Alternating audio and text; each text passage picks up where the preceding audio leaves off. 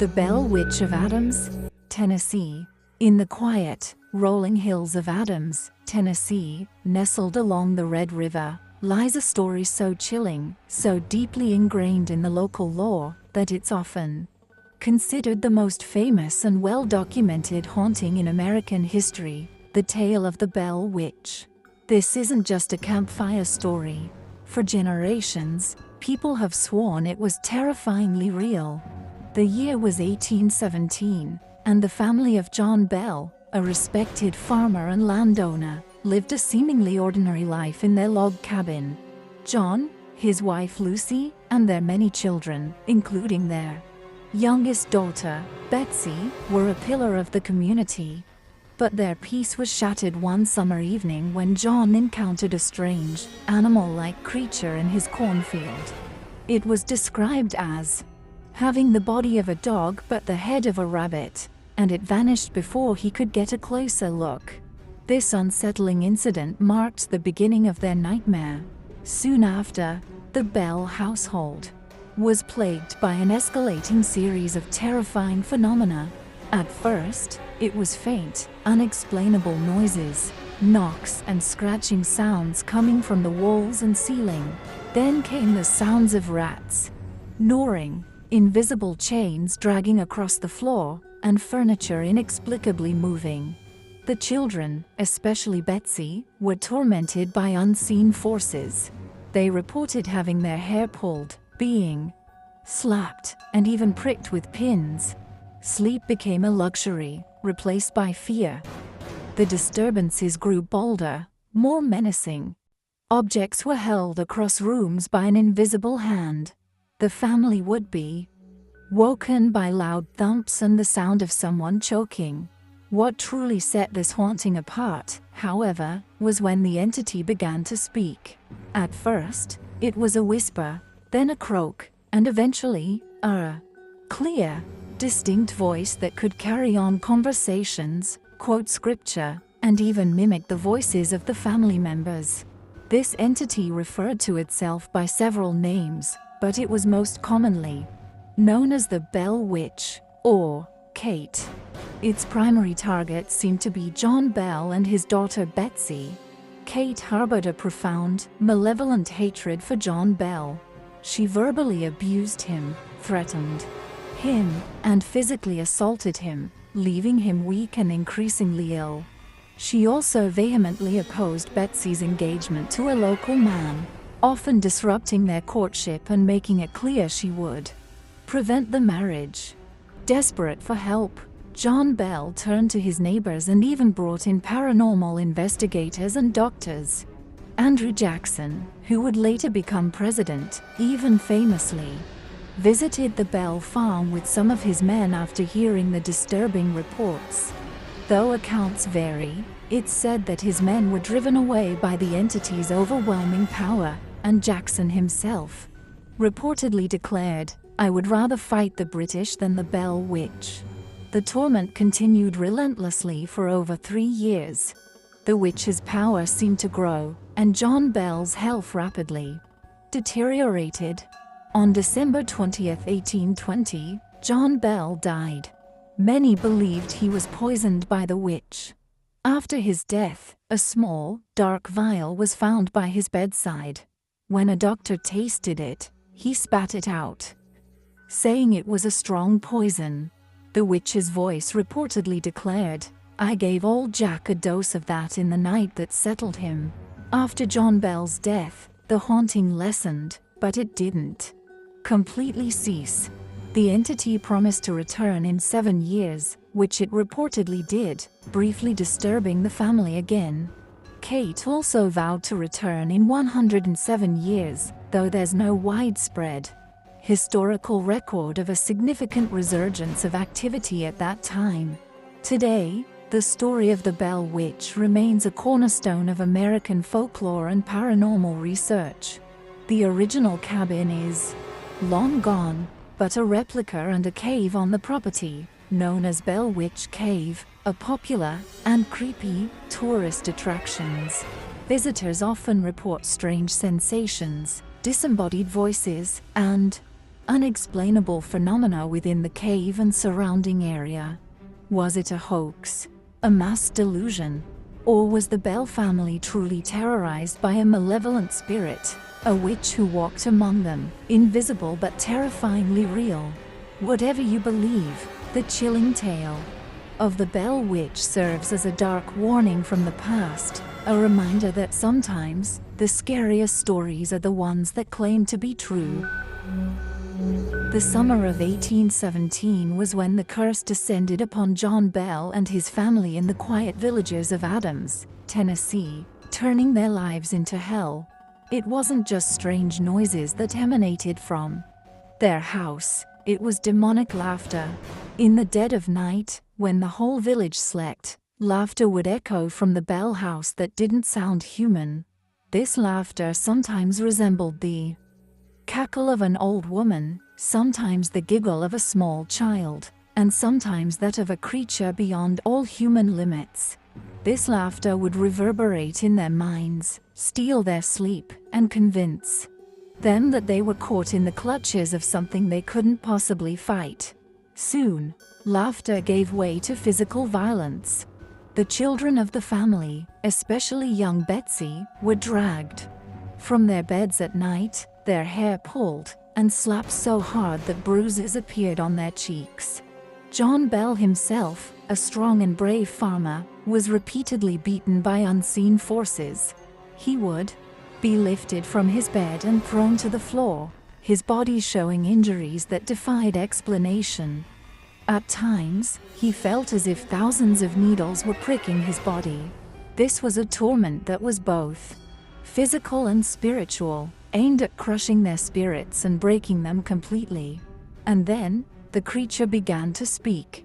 It called itself Kate, and its voice was not just a sound, it was a living, breathing evil. Kate's voice was deep, harsh, and sometimes so piercing that it caused pain in the ears. She hated John Bell, and every word she spoke was laced with venom. She knew their deepest fears and secrets, shamelessly bringing them to light. Her most terrifying threats were directed at John Bell. She openly declared that she would kill him, and she kept her word. When John Bell lay on his deathbed, Kate's laughter echoed through the house, and her voice triumphantly declared, "I gave old Jack a dose of that in the night that settled him." After that, John Bell died. Kate had a particular focus on Betsy. Kate was fiercely opposed to Betsy's marriage, and she did everything possible to prevent it. She threatened her fiancé and tormented Betsy to such an extent that her soul trembled. Kate's efforts exhausted Betsy so much, mentally and physically, that she eventually broke off her engagement, convinced that Kate would never let her and her loved ones live in peace. This was not just the end of a relationship, but the shattering of a soul that had become helpless before an unseen yet powerful enemy. After John Bell's death, Kate's activities diminished. But she didn't vanish forever. She promised to return after 7 years, and she kept her promise. For a brief period, the Bell family once again faced the same fear and terror. And she had made another mysterious promise, that she would return 107 years later. This promise still echoes in the winds of Adams, Tennessee, as a reminder that perhaps the Bell Witch is not just a nightmare from the past, but a reality that could reappear at any moment, leaving behind death and destruction once again. Would you still dare to venture into the quiet forests of Adams and listen to the walls, where laughter, curses, and pain can still be heard echoing today? Or would you brave facing the Kate who destroyed a family's life, and who might still be searching for her next victim? The Hewitt House. This story unfolded in the late 1970s, when I and a few of my friends were in college. Our group was always on the lookout for adventure, especially places rumored to have supernatural occurrences. We learned about an old house, which locals called the Hewitt House. It was located far from the city, at the end of a deep, desolate road, and terrifying stories were told about it. It was said that an entire family had been murdered in that house many years ago, and their souls still roamed there. We decided to go there on a cold, dark night. There was no moon visible in the sky, and even the stars were hidden behind the clouds. As our car approached the dilapidated, broken iron fence, a strange chill enveloped us. The house's windows were broken, and a deep, nameless darkness peered out from within. It felt as if the house was pulling us towards it. We opened the door with the flashlight's beam and stepped inside. The moment we entered, a strong stench and a suffocating feeling hit us, as if this place had never known fresh air. The wooden floor creaked like it was screaming with every step we took.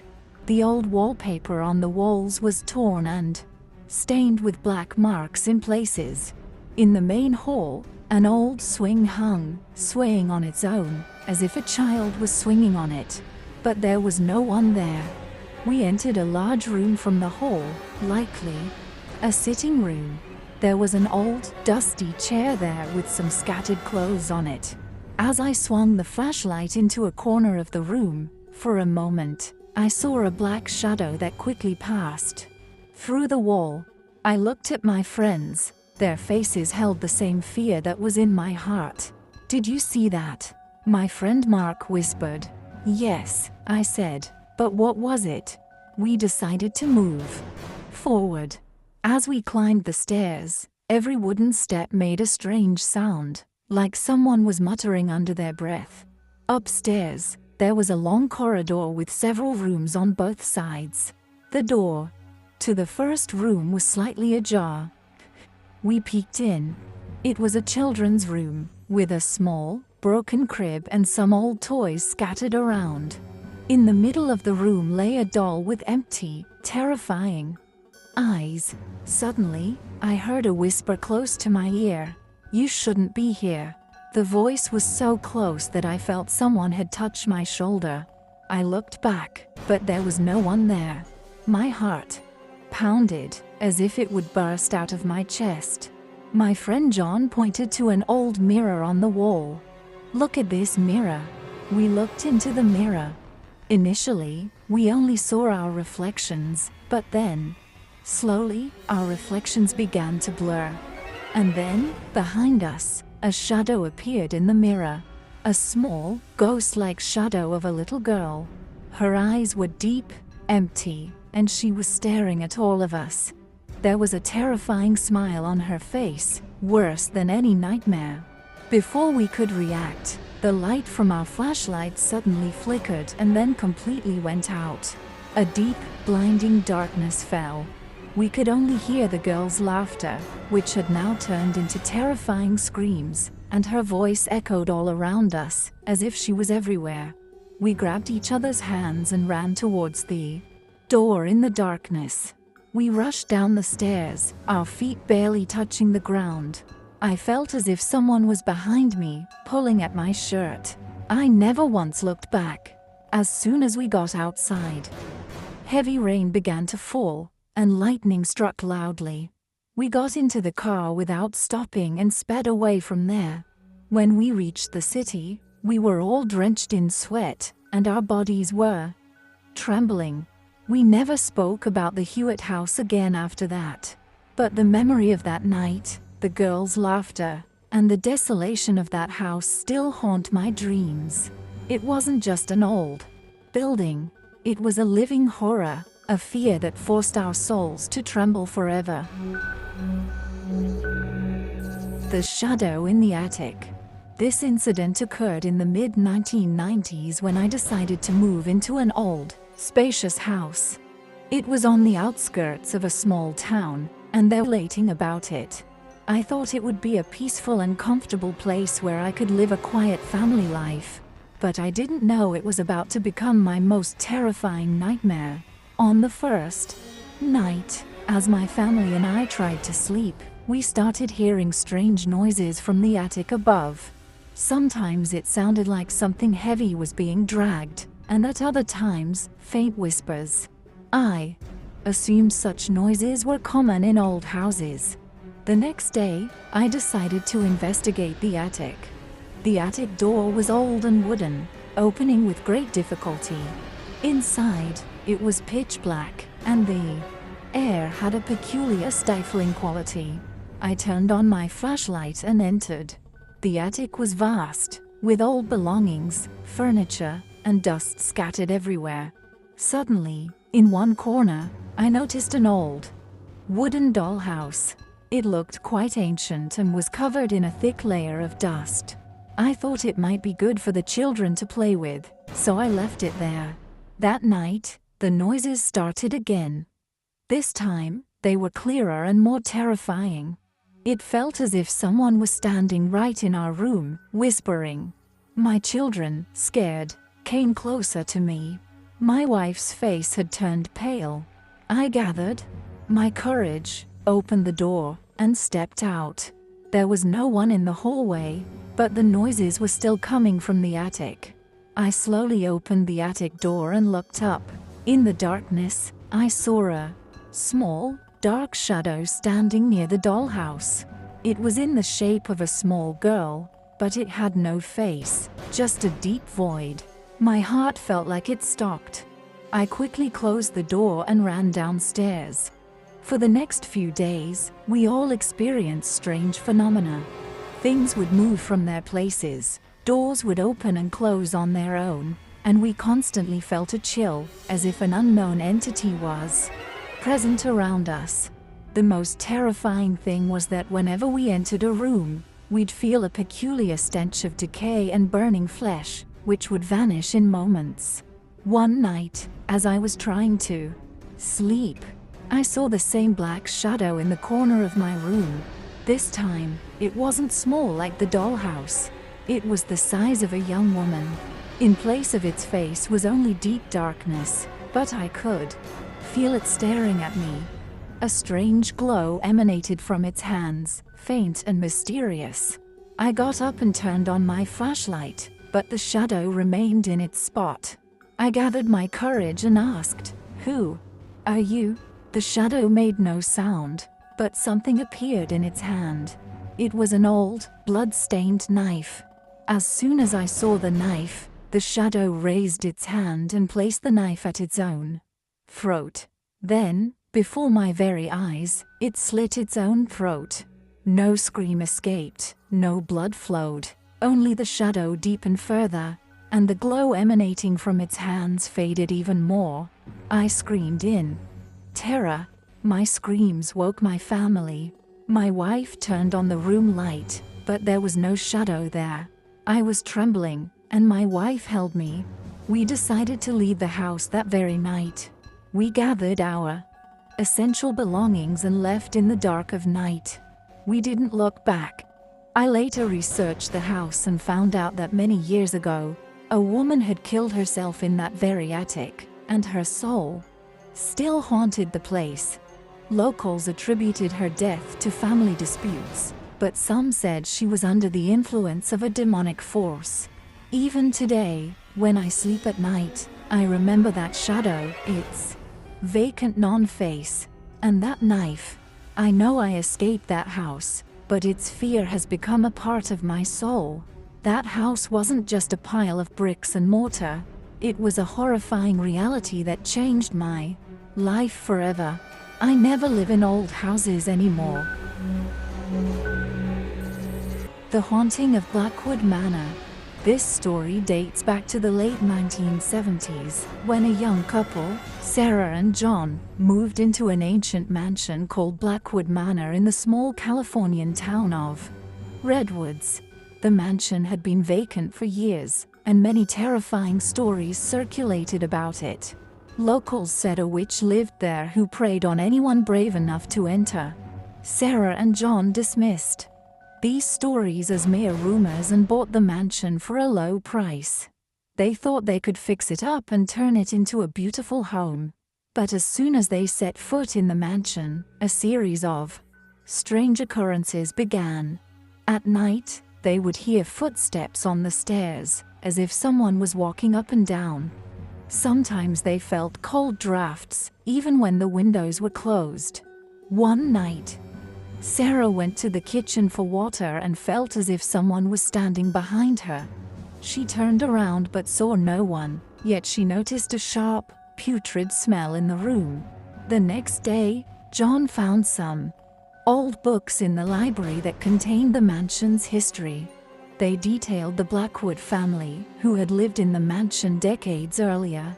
The youngest daughter of this family, Eleanor, was known as the Black Witch. It was said that she practiced dark magic and tormented her villagers. One day, she mysteriously disappeared and was never seen again. Locals believed her spirit haunted the mansion. As the days passed, the intensity of the events increased. One night, Sarah was lying in bed when she felt someone kneeling on her. She opened her eyes and saw a shadow above her chest, which looked like the blurry face of an elderly woman.